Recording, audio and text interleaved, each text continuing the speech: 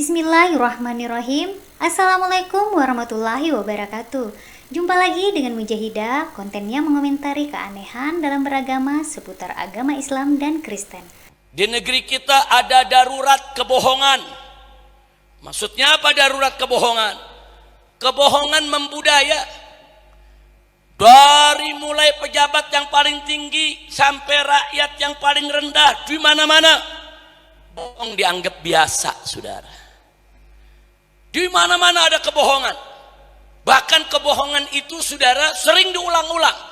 Karena kebohongan yang diulang-ulang, saudara, kadang-kadang bisa dianggap sebagai satu kebenaran. Bohong ini udah merajalela. Makanya saya katakan negeri kita darurat kebohongan. Kenapa ya imam besar ini suka menceramahkan amal makruh nahi mungkar, tapi selalu salah tempat? Ceramah ini selalu mereka tempatkan kepada para penjabat atau pemerintahan.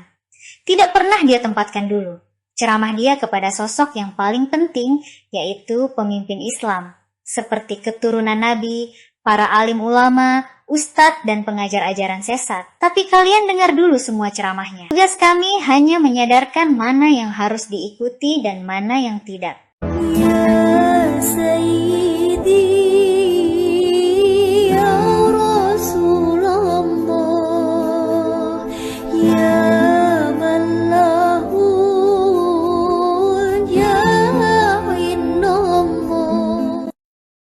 Assalamualaikum sahabat mujahidah yang membutuhkan kebenaran. Musuh terbesar umat Islam itu bukan agama lain melainkan dari dalam diri mereka sendiri. Sebuah negeri tidak akan kunjung baik jika mereka menyalahi sabda Nabi. Nabi Muhammad bersabda, "Dua golongan dari umatku, apabila keduanya baik maka seluruh umat akan menjadi baik, dan apabila keduanya rusak maka seluruh umat pun akan rusak," yaitu para ulama dan para pemimpin. Hadis ini menggambarkan peran sentral ulama dan pemimpin umara dalam membentuk kondisi masyarakat. Mereka adalah penentu kondisi bangsa. Jadi seharusnya imam besar ini harus membenahi para umara yang berada di bawahnya dulu, seperti para habaib yang gemar melakukan kesesatan, kebohongan, kecurangan atas Allah dan Muhammad Shallallahu Alaihi Wasallam, bukan menyerang para pemimpin terus. Makanya kami selalu mengingatkan dengan materi-materi yang kalian tonton, agar bisa menjadi masukan atau sebuah bahan ceramah dari para mulut Habib yang doyan ceramah, amal makruh nahi mungkar. Berani melakukan kritik atau mencela orang-orang dari golongan mereka. Ingat kebenaran itu tidak pandang bulu, mau kau saudara, keluarga, teman, dan apapun. Dan riwayat kehidupan Nabi Muhammad sudah cukup menjadi suri teladan bagi kita. Jadi Habib Rizik yang terhormat, bersuaralah dan hinakanlah dulu orang-orang yang merusak Islam dari klan Ba'alawi, jangan ditutupi terus dan lari ke pemerintah. Di negeri kita ada darurat kebohongan.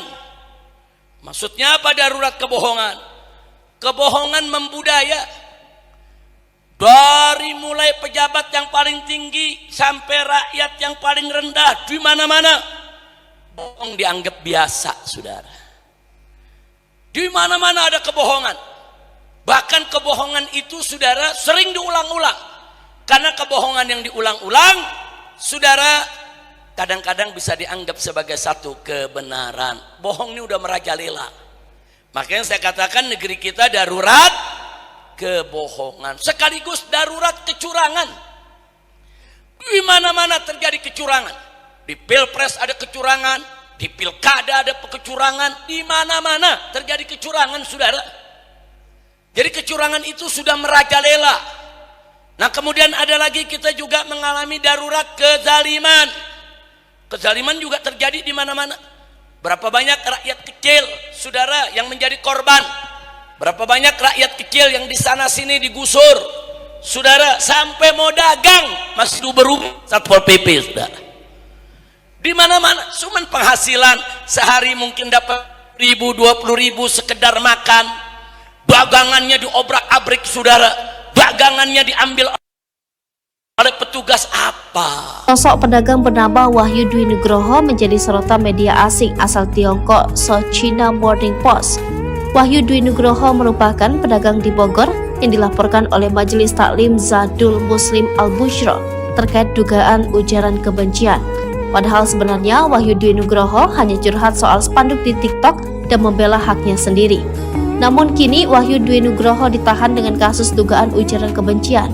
Adapun kasus berawal ketika pada bulan Juli 2022, di mana Nugroho mengunggah sebuah video di media sosial TikToknya.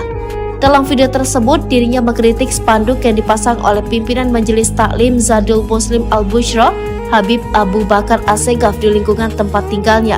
Spanduk tersebut bertuliskan bahwa anggota Majelis Taklim dilarang untuk membeli kebutuhannya di warung yang tidak disetujui oleh Majelis Yayasan. Sebagai informasi, Majelis Taklim Zadul Muslim Al-Bushra memiliki puluhan bisnis afiliasi di Bogor. Selanjutnya, majelis melarang anggotanya untuk membeli barang dari toko-toko yang tidak tergabung dengan Majelis Taklim. Istri Wahyu Dwi Nugroho, Ana Sona Sonia, mengaku setelah dipasangnya spanduk tersebut, banyak pelanggannya yang merupakan anggota Majelis Taklim Zadul Muslim Al-Bushra enggan untuk membeli barang dari tokonya. Hal tersebut lantaran toko milik suaminya tidak bergabung dengan Majelis Taklim tersebut. Suami saya merasa tidak adil lantaran banyak pelanggan kita merupakan anggota Majelis Taklim Al-Bushra, katanya. Banyak dari anggota tersebut membatalkan pesanan setelah terpasangnya spanduk larangan tersebut, katanya. Kemudian Ana mengatakan pemasangan spanduk tersebut pun langsung dilaporkan kepada ketua RT setempat. Namun respons dari ketua RT setempat dianggap tidak memuaskan. Alhasil suami Ana pun mengunggah video protes di TikTok terkait spanduk tersebut. Itu adalah masalah serius bagi kami, karena larangan tersebut dapat berdampak pada bisnis kecil seperti kami, ujarnya. Jadi karena frustasi, Nugroho memposting video di TikTok, jelas Ana. Ternyata video yang diunggah Nugroho pun viral, hingga ada lebih dari 1000 komentar yang berisi rasa simpati terkait masalah yang menimpanya itu. Di sisi lain, pihak Majelis Taklim Al-Bushra ternyata menemukan video yang diunggah Nugroho. Anggota Majelis Taklim pun meminta Nugroho menghapus video tersebut dari TikTok dan meminta maaf. Suami saya segera menghapus postingannya dan menggantinya dalam video di mana dia meminta maaf. Kami pikir masalah itu sudah selesai, ujarnya. Namun ternyata postingan Nugroho itu pun berbuntut panjang. Pihak Majelis Taklim Al-Bushra justru melaporkan Nugroho ke polisi terkait dugaan ujaran kebencian lewat media sosial. Majelis Taklim Al-Bushra mengklaim komentar Nugroho dalam video yang diunggahnya memiliki unsur provokasi, sehingga dikhawatirkan menimbulkan permusuhan di antara anggota Majelis Taklim. Selanjutnya, dikatakannya antara September 2022 sampai Februari 2023, Nugroho telah menjalani pemeriksaan sebanyak 4 kali di Polda Metro Jaya. Setelah itu, pada bulan Maret 2023, dirinya ditetapkan menjadi tersangka dan telah ditahan. Upaya mediasi berulang kali dan permintaan audiensi dengan Habib Assegaf semuanya ditolak Ibu Ana. Alhasil semenjak suaminya ditahan, Ana pun mengaku dikucilkan oleh tetangganya, yang sebagian besar merupakan jamaah dari Majelis Taklim Al-Bushra.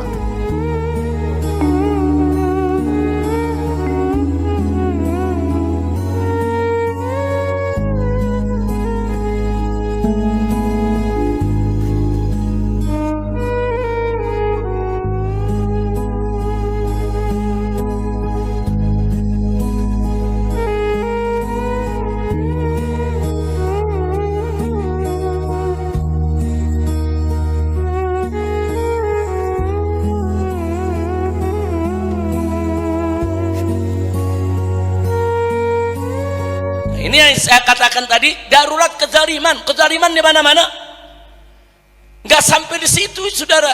Juga terjadi darurat kemunafikan. Nah, berapa banyak sekarang?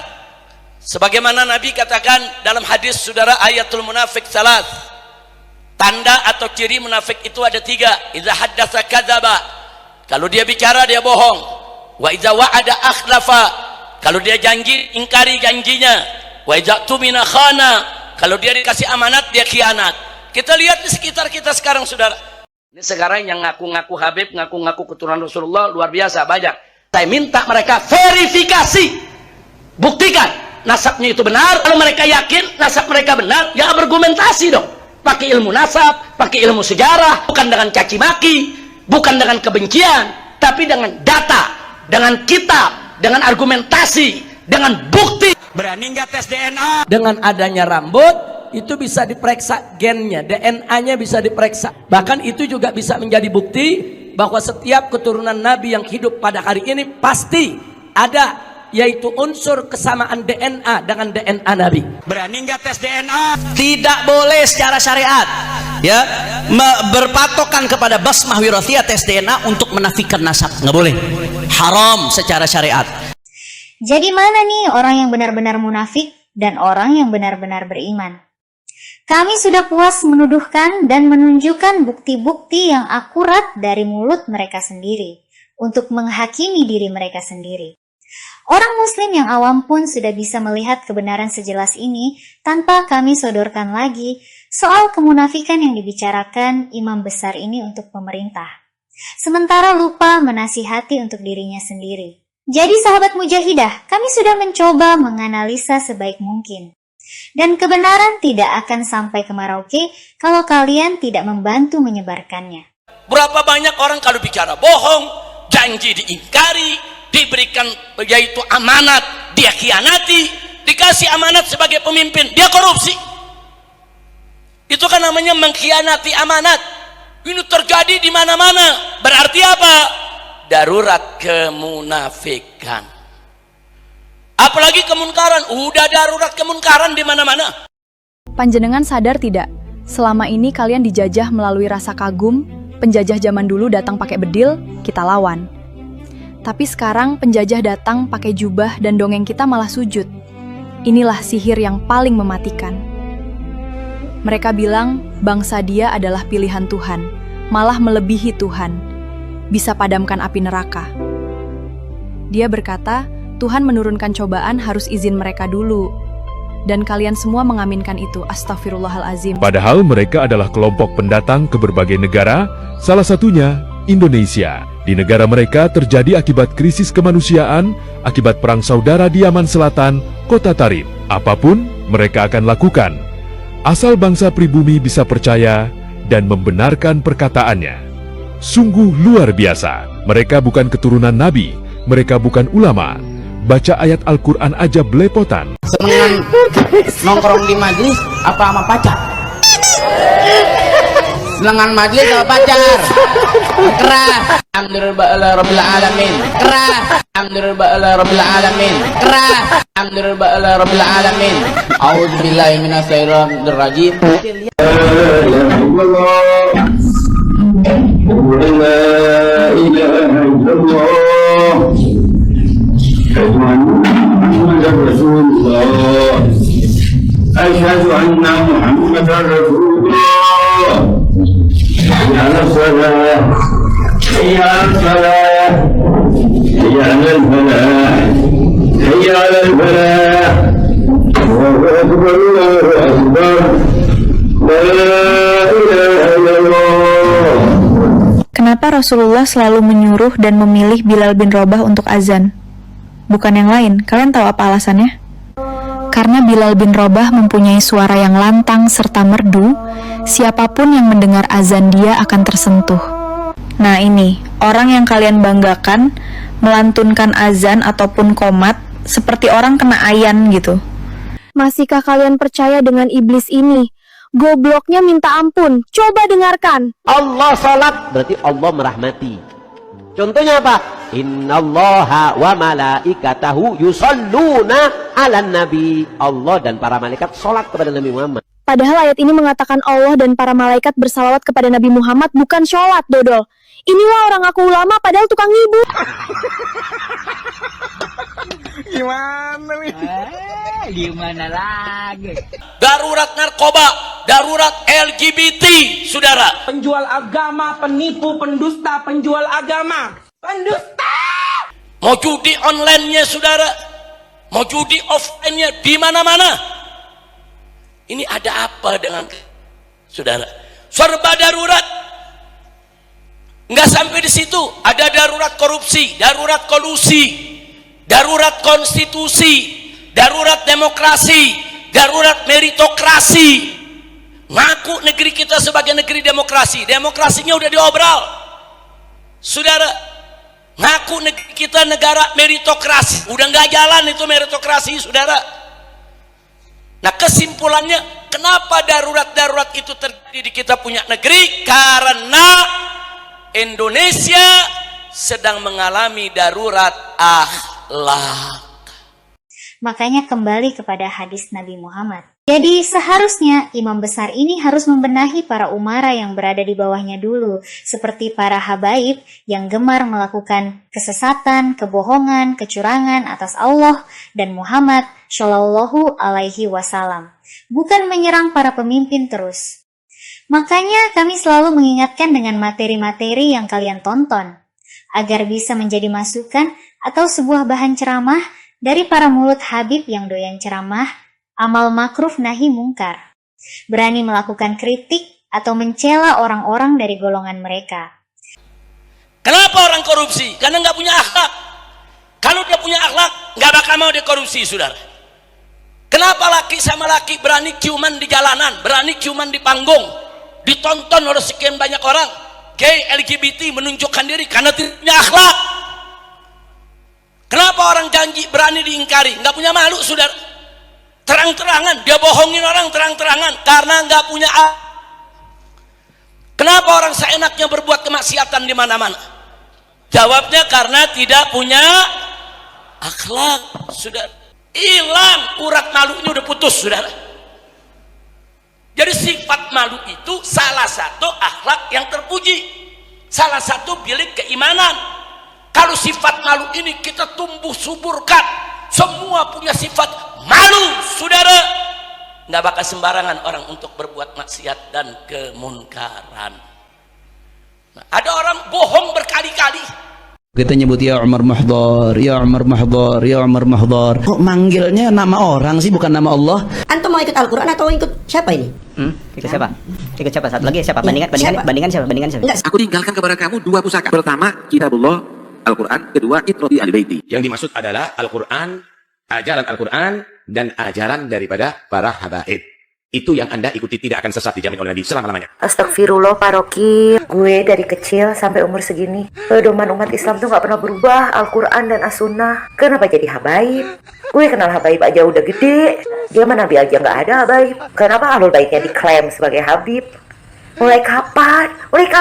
Karena itu jangan sekali-kali Anda akan memisahkan Al-Quran dengan ajaran habaib, akan sia-sia. Ajaran habaib dongeng dabrus datu kalian itu menyelisih ajaran Nabi. Parah. Ikuti Al-Quran tapi nggak ngikuti habaib ahli bait Nabi, ente juga sesat.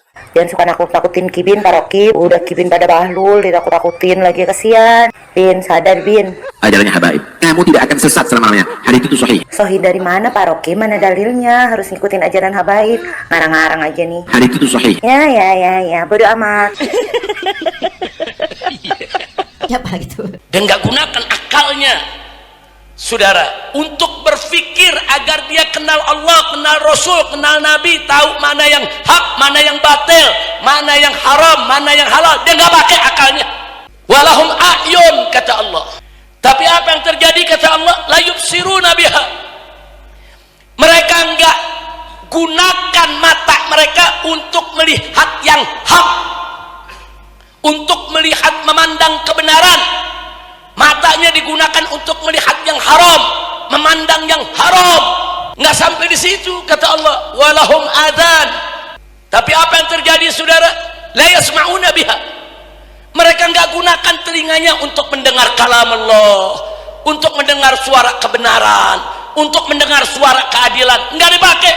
Nah, kalau sudah begitu, Allah kasih akal, dia nggak pakai. Allah kasih mata, dia nggak pakai. Allah kasih telinga, dia nggak pakai, saudara, untuk mengenal Allah dan Rasulnya, untuk mengetahui mana taufik, mana hidayah, saudara. Nah, kalau sudah dia nggak pakai, apa kata Allah? Ulaika kal an'am. Mereka bagaikan binatang ternak. Jadi yang ngatain mereka binatang bukan kiai, bukan ajengan, bukan habib, bukan. Yang ngatain mereka binatang Allah. Allah yang mengatakan ulaika kal an'am. Mereka itu yang nggak memakai akalnya, nggak memakai pandangannya, nggak memakai pendengarannya untuk mengetahui yang hak. Ulaika kal an'am. Mereka itu bagaikan binatang ternak. Bahkan kata Allah, adol, lebih sesat, lebih hina daripada binatang ternak. Inna lillahi wa inna ilaihi raji'un.